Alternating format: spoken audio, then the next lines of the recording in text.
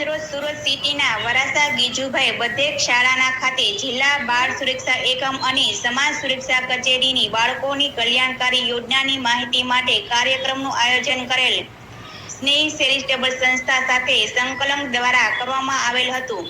જેમાં નંબર 1 પાલક માતા પિતા યોજના, નંબર 2 સ્પોન્સરશિપ યોજના લાભાર્થીઓને માર્ગદર્શન પૂરું પાડવામાં આવેલ હતું અને બાળકોના કાયદાકીય 1098 સમજ આપવામાં આવી હતી। કાર્યક્રમની વિસ્તારના ધારાસભ્ય શ્રી પ્રવીણભાઈ ઘોઘારી, શિક્ષણ સમિતિના સભ્ય શ્રી નિરીક્ષક CRC